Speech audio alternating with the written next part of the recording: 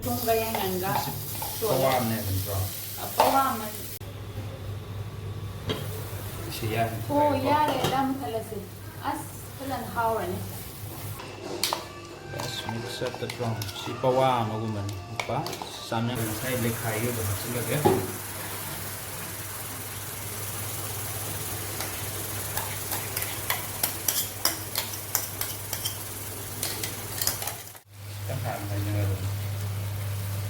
Nah, mau thong pada tang khayang hay jing gare nan thong pada tang khayang man. Mau apa baga ha pada jana draw. Ha. Dada dada edum to cha ase. Maybe agent numali hum se.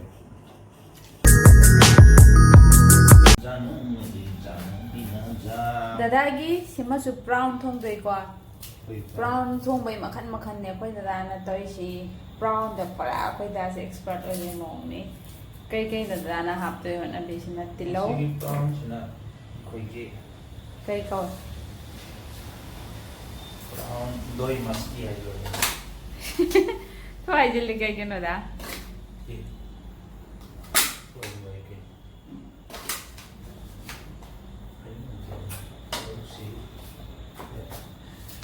Tilau semai na tilau si grind to video ya.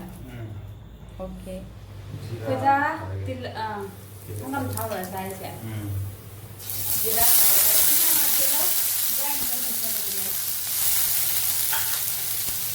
Tidak, aku dari resipi makan sih. Aduna, aduna ilaichi na dry, ilaichi na kau thado tu. Ilaichi ka lupan ka, adu so ini aku tu kaya dia makan adun thado. Aduna. Kan sekali ada boleh saya. Nak kaya nak kau dah. Berai juga, macam ni. Tina aku jadi orang tu dari resipi prawn the para aku jadi. May tay về mồm này.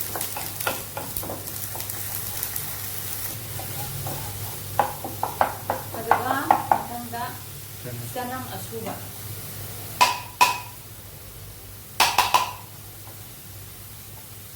Tiga brown saja bang tog di bawah dah.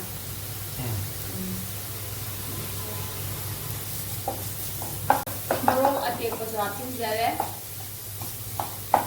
Aluga dada sina padigom madu. Lagi jeera powder.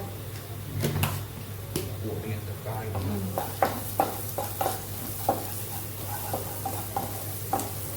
Masai thau makar thoi kamu ni. Kita di kuina cang mani grind to kamu lekha laga nak ka do sina morok. Juga sina yenga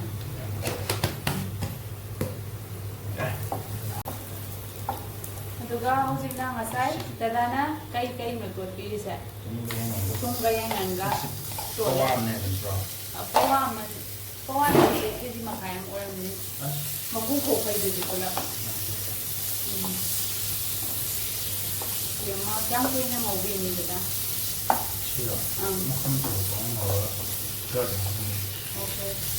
Jadi nama ngopi dari kau. Nah ngopi dah betul dah. Kau masai kita di kapai sini card kapai kan ada. Card katanya. Card kata apa ni? Semua macam tu. Semua macam tu. Hap ini ada apa sana? Smooth ini ada naik kai di dalam. Dalam ni aku isi hati kan. Hana mau bila datang. Sumbat ni lah. Sumsilai jale. Sumsilai jale. Sumsilai canggih enggak itu. Masa ni pun itu betul betul dan saya pun hati ramai. Ini sudah third lagi. Third ki asin beri syarat tu masuk cina balaka. Yang mana nanti sini kita nak Ya. Ya. Today na mau bila ni. Apa? Oh. Asli di As pada Maya mathak da thau ka rai siyo. Manam su nungsire. Siya. Oh ya le dam thalasi. As kalan hawrani. This is one of my sire. Ibanida nina ising amo hapcha jare. Mayam masai cut ki gravy duna dunya jare. Sak so ing thang kat kare. Abem jo mayam sa ising ka hap to ha. Is it? Kay no dada na to pi disina. Sangom yang ang kaya ma hap is di ba? Sangom bakon banata. Spoon kaya ke chang no. Spoon achaw we spoon amagi chang oram. Sina coriander powder. Black pepper. Ito na black pepper. Na muro asara. Muro sa dada muro sa de gai. Ay na to kan de muro sai sai ha ma de am hapsin. Sina Aduna jeera powder. Asi to kaina ra do ya.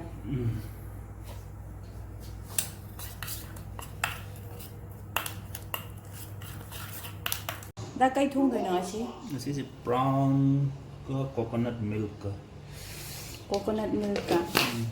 Ahan ba hapli sina? Yang Masura yang.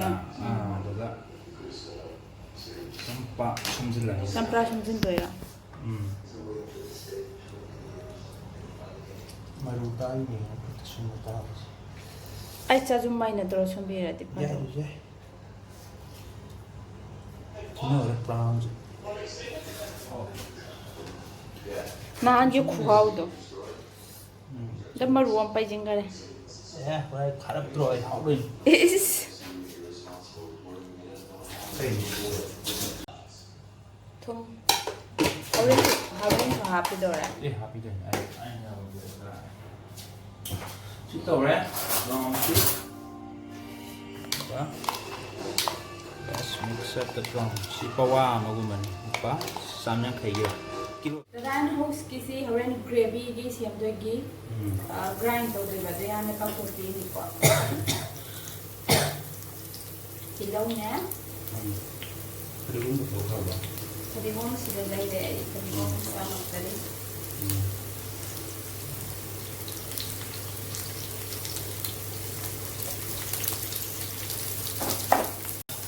Sing chanam tilaw singatan mo ba ko. Golden brown. Kamen simba. Aduh, ini ngawat loy de ko da sinai da grind ko de. Grind kan da. Masai paste da grind loy da.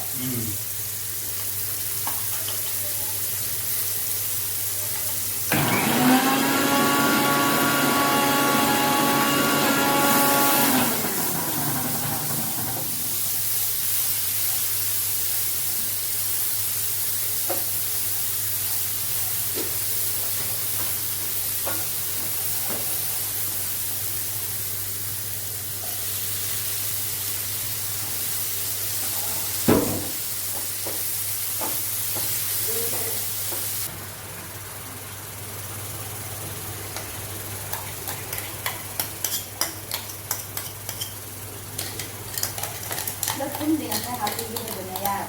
Dia ada HP itu.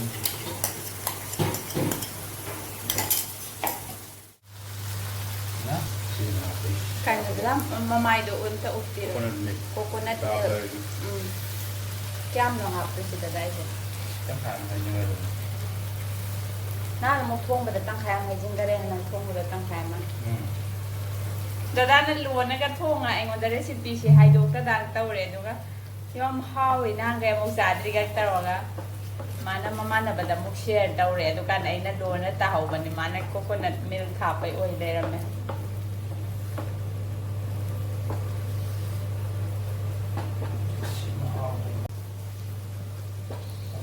Yung mundo thong may ka kami siyang haplo yung mga sana ka kung sunda. Aduh, cinta tu mai mai cana bapot lay dan ako da. Hai bedi, moi sigi papda gumbada sanggo mapambaga hapat cana dra. Norman tilaw kaya ka thong banda yan eh. Food habit sana kung nakaw kaya. Food habit. Chong kaya sa ako. Hindi yung hawa din. ไปได้จะทีละห้าอันนี้ ทิ้งไว้เดี๋ยวเอาไว้ ภาษาห้าอันเดียวค่ะเดี๋ยวดูได้ตุ้มตัวจ่าสิMasih maten yam de yen angauba masa yukine do china da dai brown thongba da taste to happy ro ma taste to happy ro siri so masala thong ma na ha ya ne masala thong mình siêu nhiều các mà hỏi đến gì hồi em cái coconut cream gì nè cái coconut milk hay wow cái brown này dài nãy một cái cam bana hao hết rồi đó thì cũng không học cái này ai sao nam hao một rồi cái đó cam anh nó khám mình anh đi học anh mới chịu xin lấp tay khám chỉ anh mình sẽ này ok ai chú charger kìa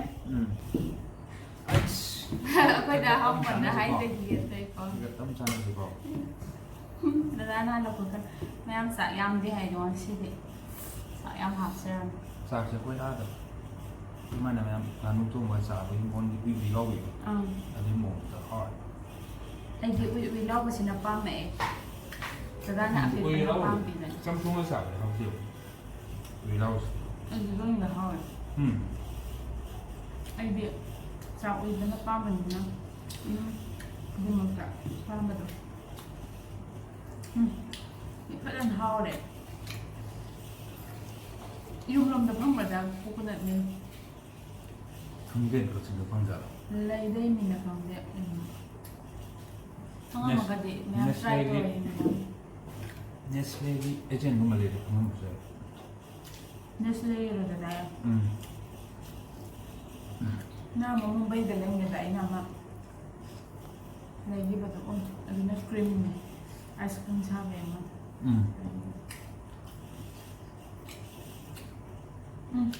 thì nó năn ice cream sao vậy lấy vô coconut cream em mình try đâu vậy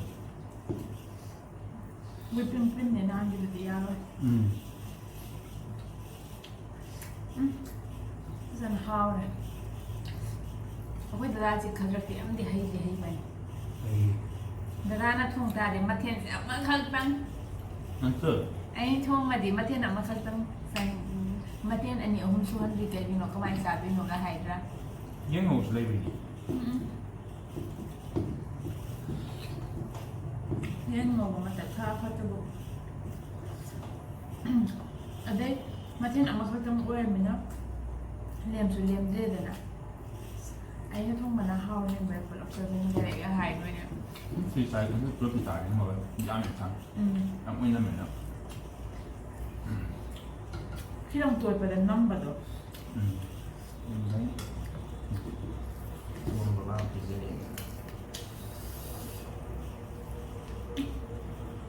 mà ba pam rồi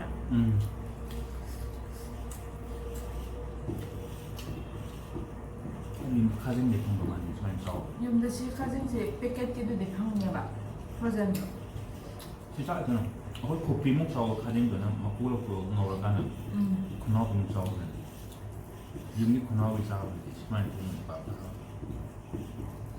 nhưng cái khai sinh để mà cũng được phần này mà sao mà làm được sai nữa anh bà ba đã ra nó chỉ cho tôi ăn bằng này biryani đó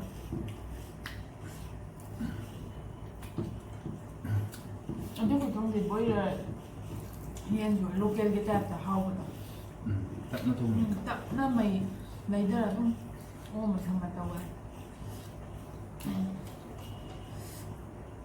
anh nói nhắm lu và số ấy đó vậy cái sinh gì luôn anh sợ một chút gì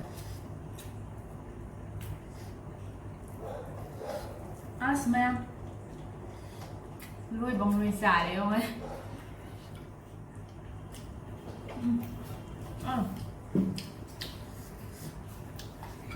anh nói là không được anh nói một xả thì sẽ là tốt anh nói sibu cái hành không cái hành không dùng nó rất bị thua mày rồi ꯁꯤ ꯍꯩꯅꯧꯁꯦ ꯑꯩꯈꯣꯏ ꯄꯥꯜꯂꯦ ꯑꯩꯈꯣꯏ ꯍꯩꯅꯧ ꯃꯈꯜ ꯃꯌꯥꯝ ꯄꯥꯜꯂꯦ ꯑꯗꯣ ꯑꯩ ꯍꯟꯗꯛ ꯌꯨꯝꯗ ꯆꯠꯄ ꯐꯪꯗꯧ ꯃꯥꯟꯗꯦ ꯏꯃꯥꯅ ꯄꯣꯁ ꯍꯥꯡꯉꯗꯤ ꯊꯥꯕꯤꯔꯛꯀꯦ ꯍꯥꯏ ꯃꯌꯥꯝꯗ ꯁꯤꯌꯔ ꯇꯧꯖꯔꯛꯀꯦ ꯁꯤ ꯑꯩꯈꯣꯏ ꯌꯨꯝꯗ ꯄꯥꯟꯕ ꯍꯩꯅꯧꯗꯨꯒ ꯆꯞ ꯃꯥꯟꯅꯩ ꯁꯤ ꯃꯈꯜꯁꯤꯁꯨ ꯄꯥꯝꯃꯦ ꯑꯗꯣ ꯌꯨꯝꯒꯤꯗꯨ ꯑꯗꯨꯗꯤ ꯌꯥꯝ ꯍꯥꯎꯋꯦ ꯑꯗꯣ ꯁꯤꯁꯤꯗꯤ ꯃꯍꯥꯎ ꯈꯪꯗꯦ ꯍꯟꯗꯛꯀꯤ ꯁꯤ ꯍꯩꯅꯧ ꯃꯈꯜꯁꯤ ꯆꯥꯈ꯭ꯔꯕ ꯑꯩꯈꯣꯏ Jadi, ꯆꯥꯗꯦ ꯉꯁꯤ ꯃꯈꯜ ꯑꯅꯤ ꯆꯥꯈꯔꯦ ꯍꯟꯗꯛꯀꯤ ꯑꯗꯣ ꯑꯁꯤ ꯃꯈꯜꯁꯤ ꯉꯁꯤ ꯇꯦꯁ ꯇꯧꯒꯦ ꯑꯗꯨ ꯃꯌꯥꯝ ꯁꯥꯏꯗ ꯀꯥꯏꯅꯔꯁꯤ ꯃꯊꯪꯒꯤ ꯚꯤꯗꯤꯑꯣ ꯑꯃꯨꯛ ꯊꯦꯡꯅꯔꯁꯤ ꯃꯌꯥꯝ ꯁꯖꯦꯁ ꯇꯧꯕꯤꯔꯛꯑꯣ ꯀꯩꯀꯩ ꯚꯤꯗꯤꯑꯣꯁꯨ ꯁꯦꯝꯃꯛꯑꯣ ꯍꯥꯏꯕꯗꯣ ꯕꯥꯏ